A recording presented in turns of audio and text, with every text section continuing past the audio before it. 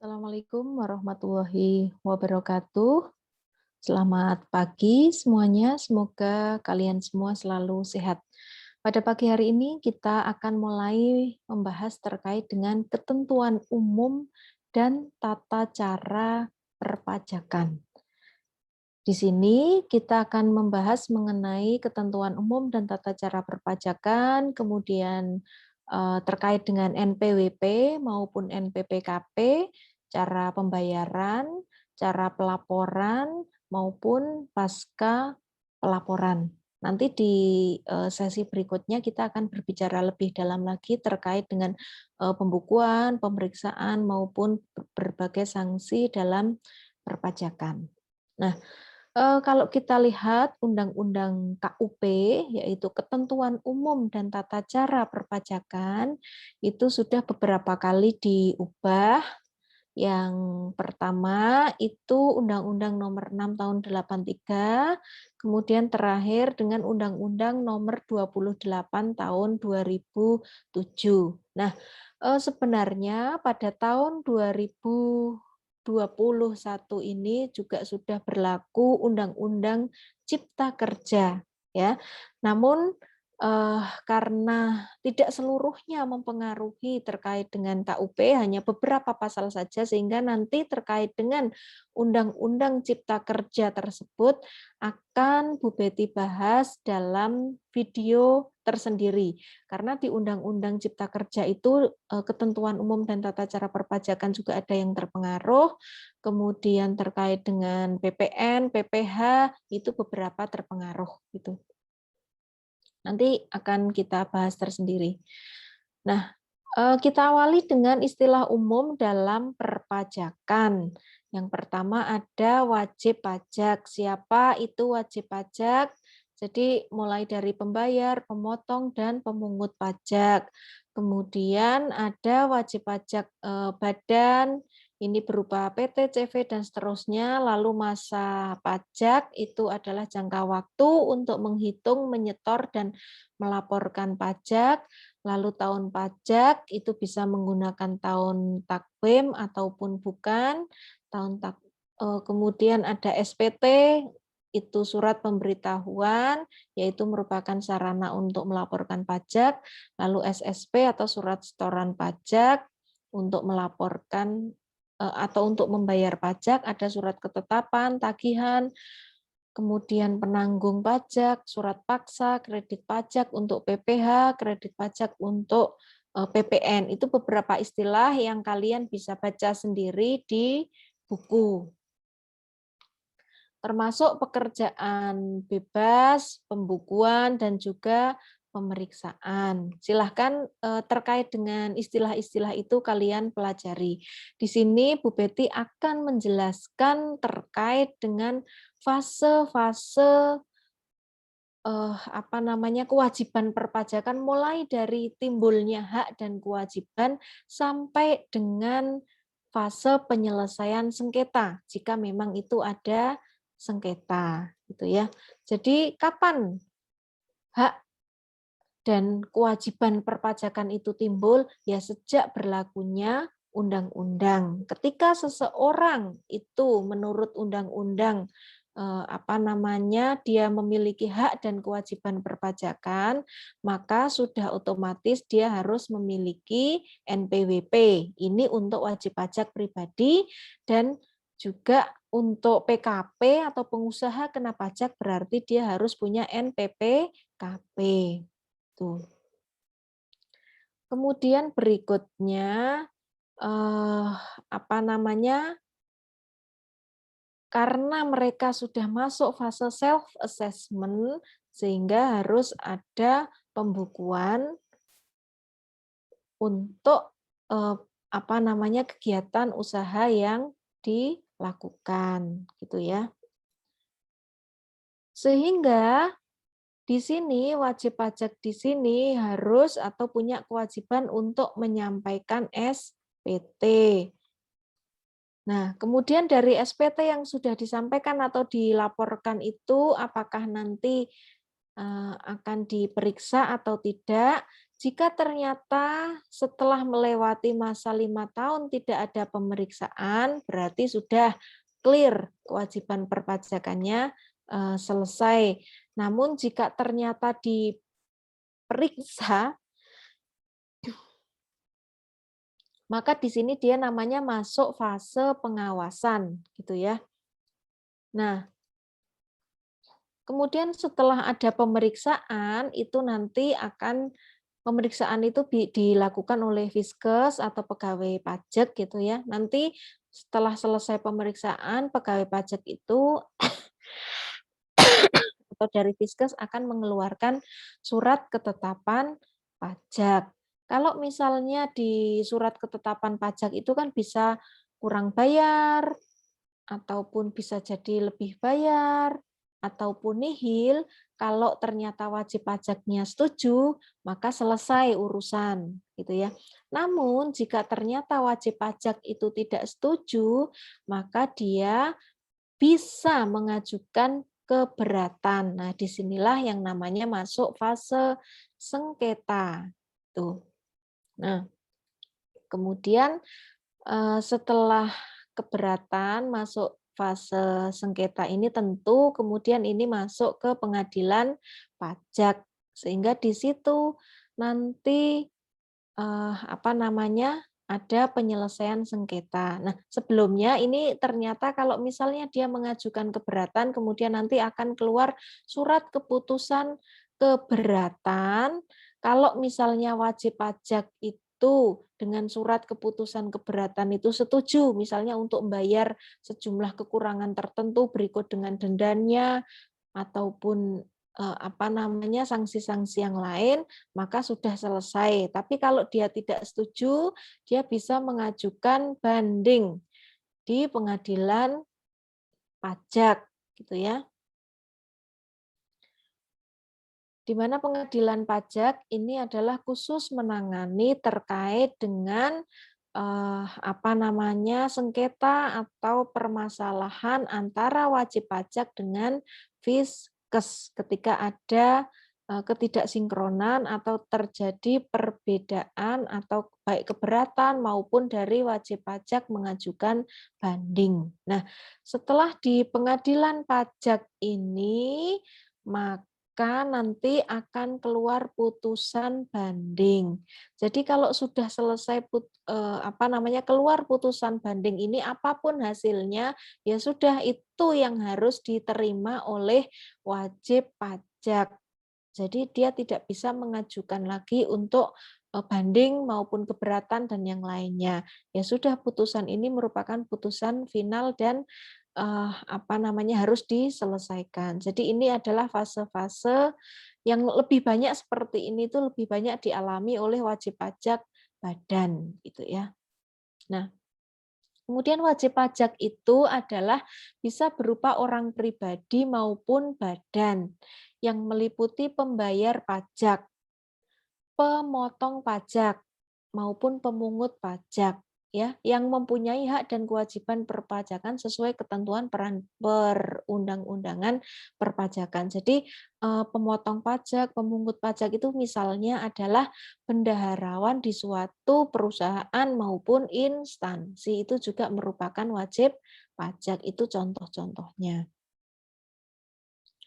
Ini bisa kalian pelajari bagaimana proses apa namanya serah terima barang, kemudian ada kewajiban perpajakan di dalamnya termasuk ketika ada bayar gaji kepada karyawan, berarti ada nanti apa namanya perusahaan ini bisa melakukan pemotongan pajak atas penghasilan tersebut namanya PPh 21 gitu ya. Nah, wajib pajak badan itu siapa? Badan itu merupakan sekumpulan orang dan atau modal yang merupakan kesatuan baik yang melakukan usaha maupun yang tidak melakukan usaha. Bisa PT, kemudian CV, apa namanya BUMN, BUMD, firma, kongsi, koperasi dan yang lainnya termasuk apa namanya yayasan, lembaga dan bentuk badan lainnya, gitu ya. Itu merupakan contoh wajib pajak badan. Kemudian pengusaha. Siapa sih pengusaha itu? Adalah orang pribadi atau badan dalam bentuk apapun yang dalam kegiatan usahanya atau pekerjaannya menghasilkan barang, impor, ekspor, kemudian dagang, kemudian memanfaatkan barang tidak berwujud dari luar daerah pabean, melakukan usaha jasa dan seterusnya, gitu ya. Nah, kalau pengusaha kena pajak itu adalah pengusaha yang melakukan penyerahan barang kena pajak dan atau penyerahan jasa kena pajak. Jadi yang dikenai pajak berdasarkan Undang-Undang PPN dan perubahannya. Tuh, nanti ada apa namanya persyaratan atau siapa yang harus menjadi pengusaha kena pajak, apa manfaatnya, apa kemudian kewajibannya dan seterusnya di buku sudah dijelaskan gitu ya, tinggal dibaca. Lalu tahun pajak itu bisa sama dengan tahun takwim yaitu 1 Januari hingga 31 Desember bisa tidak sama. Ini penjelasan di buku juga sudah jelas. Jadi kalau misalnya 6 bulan itu ada di apa namanya tahun pajak 2020 6 bulan atau lebih berarti dia masuk tahun pajak 2020. Tapi kalau misalnya lebih banyak jumlah bulannya yang masuk di tahun 2021 berarti ya masuk tahun pajak 2021 gitu. Lalu kita masuk ke NPWP. NPWP itu merupakan identitas bagi wajib pajak. Fungsinya untuk apa? Untuk administrasi perpajakan. Sekarang semuanya sistem sudah serba online sehingga apa namanya ketika kita memasukkan nomor NPWP sudah semuanya terintegrasi sehingga memudahkan baik untuk wajib pajak sendiri maupun untuk Fiskes dalam rangka administrasi perpajakan. Pendaftarannya NPWP itu bagaimana? Bisa menggunakan cara manual datang ke kantor pelayanan pajak atau ke KP2KP maupun menggunakan kirim pos. Tetapi yang paling mudah adalah mendaftar secara online karena sekarang sudah mudah 1 hari kerja bisa langsung jadi untuk apa namanya pendaftaran NPWP. Nanti NPWP versi cetaknya itu bisa dikirim ke rumah, tuh ya. Kemudian WP itu atau wajib pajak itu tadi sudah disampaikan ada yang pribadi seperti misalnya Bu Betty ini wajib pajak pribadi. Lalu ada badan, ini misalnya perusahaan dan seterusnya. Nah, ini format NPWP seperti ini gitu ya. Lalu NPWP apakah bisa dihapus? Bisa, gitu ya, baik untuk wajib pajak pribadi maupun NPPKP untuk wajib pajak badan itu bisa dihapus. Termasuk ketika dia sudah menjadi PKP, pengusaha kena pajak, kemudian mau apa namanya menghapus statusnya sebagai PKP juga bisa. Ya, semuanya sudah tertulis dengan jelas di buku, silahkan dibaca. Termasuk kalau wajib pajak itu sudah meninggal, dan seterusnya itu bisa mengajukan penghapusan NPWP. Tuh. Sekarang kita masuk ke NPPKP, yaitu nomor pengukuhan pengusaha kena pajak. Nah, kalau yang tadi NPWP itu untuk wajib pajak orang pribadi, NPPKP itu untuk badan, gitu ya, atau pengusaha kena pajak. Fungsinya sama. Nah, syarat untuk mendapatkan NPPKP itu jika omset atau pendapatan kotor per tahun itu lebih atau sama dengan 4,8 miliar. Nah, tinggal dihitung, oh berarti sebulan berapa ya? Kan gitu. Jadi kira-kira kalau setahun itu sudah memperoleh penghasilan kotor atau omset 4,8 miliar ke atas, maka dia harus sudah mendaftarkan atau sudah bisa memperoleh NPPKP. Tuh. ada wacana tahun 2021 ini angka 4,8 ini mau diturunkan, tetapi belum tahu karena masih dilematis. Tuh. Lalu hak dan kewajiban ketika menjadi pengusaha kena pajak itu apa? Silahkan dibaca di buku. Ya, ada banyak sekali kewajiban dan hak, keuntungannya apa dan seterusnya, gitu ya. Termasuk status menjadi pengusaha kena pajak itu juga bisa dicabut manakala sudah tidak memenuhi syarat lagi sebagai pengusaha kena pajak, gitu ya. Nah, ini contoh NPWP untuk orang pribadi. Jadi ada nomor NPWP-nya, dan namanya, alamatnya, kapan terdaftarnya. Ini contoh untuk NPWP atau NPPKP, atau ini untuk badan, gitu ya, NPWP badan. Nah, kemudian subjek pajak. Jadi subjek pajak itu bisa orang pribadi. Tadi contohnya misalnya Bu Betty sebagai dosen kan memperoleh penghasilan. Oh, berarti itu masuk wajib pajak, subjek pajak orang pribadi. Ataupun bisa warisan yang belum terbagi, ini juga menjadi subjek pajak. Contoh warisan yang belum terbagi itu apa? Misalnya tabungan di bank. Dia kan bisa memperoleh bunga, ya, bisa memperoleh bunga. Bunga bank itu kan juga objek pajak, sehingga warisan yang belum dibagi yang merupakan tabungan di bank itu, ini merupakan subjek pajak karena dia bisa menghasilkan penghasilan. Jadi atas bunga bank itu dia harus dipotong pajak. Misalnya contoh lain, misalnya ruko disewakan, oh berarti kan uang sewa itu merupakan penghasilan di mana sewa merupakan objek dari pajak, sehingga apa namanya, jika ada warisan berupa ruko misalnya yang disewakan, itu yang belum dibagikan kepada ahli warisnya, itu merupakan subjek pajak, termasuk misalnya ada usaha bengkel, gitu ya. Kemudian berikutnya, subjek pajak berikutnya berupa badan maupun bentuk usaha tetap. Ini di buku penjelasannya sudah clear, silahkan dibaca. Nah, subjek pajak sendiri bisa berupa subjek pajak dalam negeri dan juga subjek pajak luar negeri. Ini masing-masing punya konsekuensi tarif pajak yang berbeda. Nah, kapan seseorang itu bisa dikatakan sebagai subjek pajak dalam negeri? Nah, untuk orang pribadi itu manakala dia bertempat tinggal atau berada di Indonesia lebih dari 183 hari dalam 12 bulan, atau dalam suatu tahun pajak berada di Indonesia dan mempunyai niat bertempat tinggal di Indonesia. Nah, ini salah satu juga yang berubah berdasarkan Undang-Undang Cipta Kerja, gitu ya.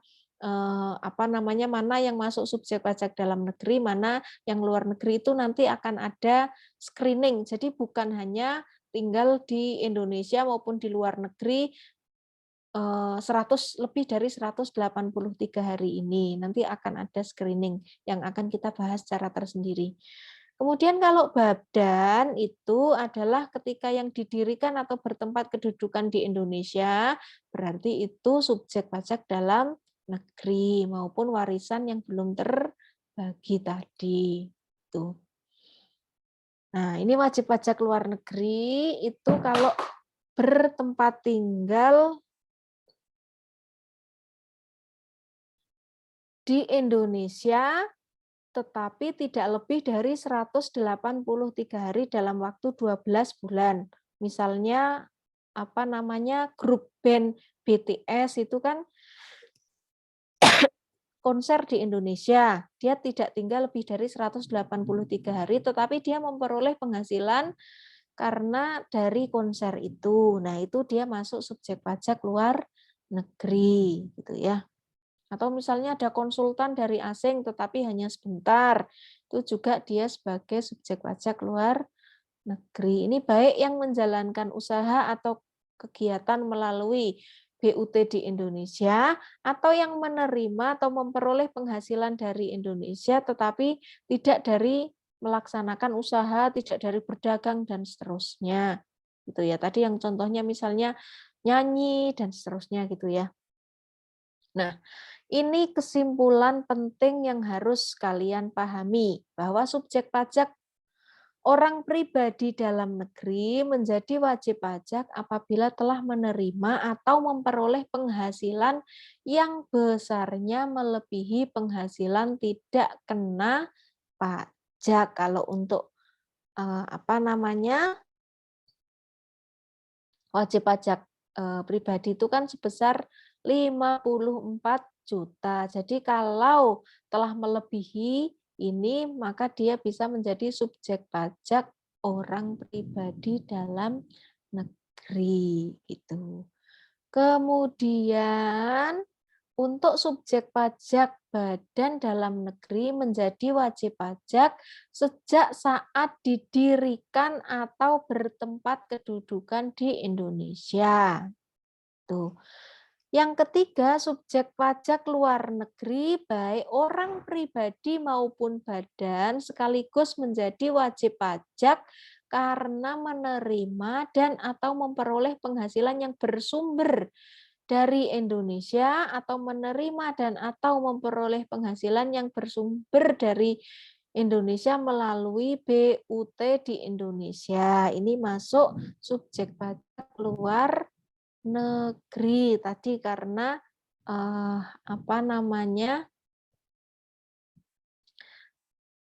tinggal di Indonesia tidak lebih dari 183 hari. Nah, sehubungan dengan pemilikan NPWP, wajib pajak orang pribadi yang menerima penghasilan di bawah PTKP tidak wajib mendaftarkan diri untuk memperoleh NPWP, gitu ya. Sekarang kita masuk ke SPT. SPT itu merupakan kepanjangan dari surat pemberitahuan. Fungsinya untuk apa? Untuk melaporkan dan mempertanggungjawabkan pajak. Jadi misalnya untuk PPh 21 wajib pajak orang pribadi itu melaporkan kewajiban perpajakannya dengan SPT. Ini contohnya SPT gitu ya. Nah, penyampaiannya itu bisa secara langsung, sebenarnya masih menerima, tetapi sangat disarankan apalagi masa pandemi seperti ini untuk melalui online ya, dengan e-filing bisa ataupun ngisi e-form. Jadi tinggal klik kalau ngisi e-form yang ngisinya tinggal diisi kemudian nanti di-download, nanti di-upload. Jadi gampang ya. Penyampaian SPT ini tadi yang misalnya contohnya untuk wajib pajak orang pribadi menyampaikan pelaporan atau pemberitahuan pajaknya untuk PPh 21 selama 1 tahun. Itu salah satu contoh penyampaian SPT. Lalu perpanjangan jangka waktu penyampaian SPT itu paling lama 2 bulan sejak berakhirnya batas penyampaian SPT tahunan. Lalu SPT yang sudah dilaporkan, apakah bisa dibetulkan? Jawabannya bisa. Ini bisa atas kemauan sendiri, tetapi harus sebelum 2 tahun. Karena kalau sudah 2 tahun, sudah tidak bisa dibetulkan. Misalnya dengan pembetulan SPT ini kemudian ada kurang bayar pajak, maka dikenai sanksi administrasi 2% per bulan. Nah, ini sanksi ini yang sekarang kemudian di Undang-Undang Cipta Kerja itu sudah berubah. Karena ini sanksi ini berlaku sejak tahun 83 kelihatannya ya. Nah, sehingga sudah tidak relevan dengan kondisi sekarang di mana bunga bank itu kan sudah tinggi. Jadi reasoning-nya gini, orang mending nggak usah bayar pajak dulu, nanti kena sanksi administrasi 2% nggak apa-apa, karena uangnya bisa dimasukkan ke deposito bank, di mana deposito bank itu kan bunganya misalnya 4-6%, kan lebih tinggi. Gitu. Tapi itu adalah contoh yang keliru. Dan Oleh karena itu, sanksi administrasi ini untuk kondisi sekarang sudah tidak relevan, sehingga di Undang-Undang Cipta Kerja itu sudah berubah. Lalu untuk SPT itu ada dua macam, yaitu SPT massa dan SPT tahunan. SPT massa itu digunakan untuk melaporkan misalnya untuk PPN, lalu PPh 25 atau angsuran PPh dan yang lainnya. SPT tahunan untuk menyampaikan kewajiban perpajakan PPh 21 tahunan. Kan selama setahun itu PPh-nya berapa? Oh, disampaikan setahun sekali, baik untuk wajib pajak orang pribadi maupun badan.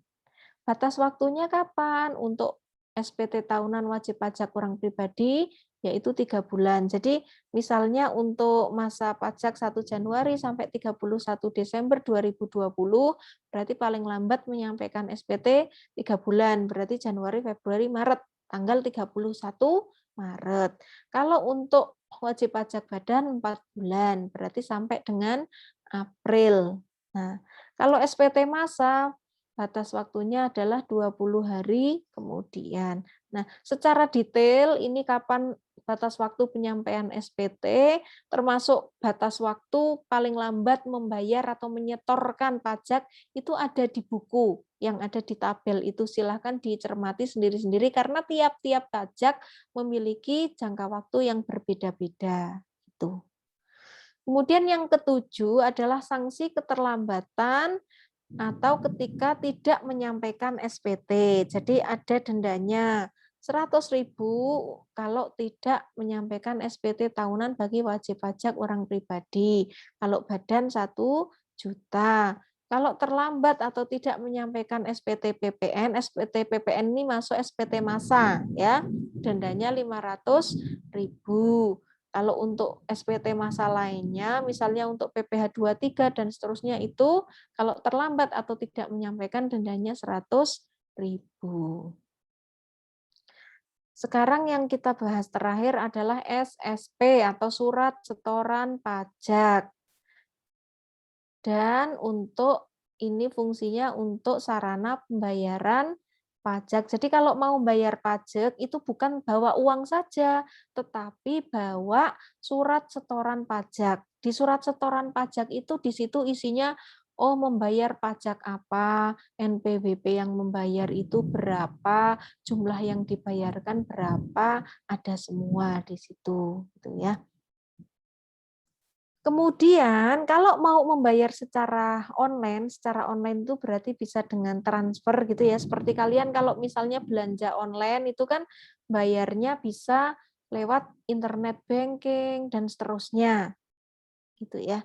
Nah, itu nanti menggunakan SSE, surat setoran elektronik. Jadi tinggal klik di situ, nanti akan keluar e-billing atau tagihan secara elektronik yang bisa kalian bayarkan juga melalui online, bisa transfer atau bisa menggunakan scan kode dan seterusnya gitu ya.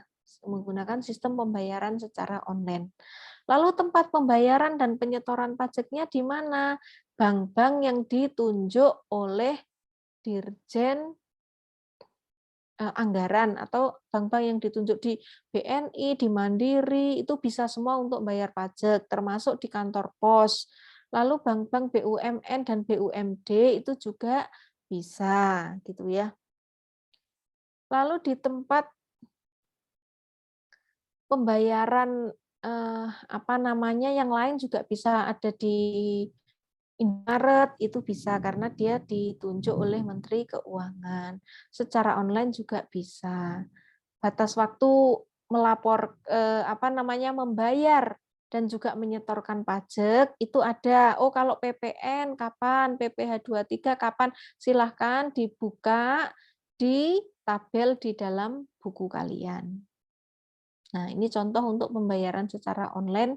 Nah, ini tinggal kita membuat kode billing, nanti kode billing itu dimasukkan, kemudian nanti otomatis di internet itu sudah e-banking, internet banking, SMS banking sudah keluar gitu ya. Berapa pajak yang harus dibayar. Ini tinggal diisi NPWP, kemudian dari NPWP subjek pajaknya, kemudian namanya, alamatnya, milik ini untuk membayar pajak apa, masa kapan, dan seterusnya, tinggal diklik. Nah, itu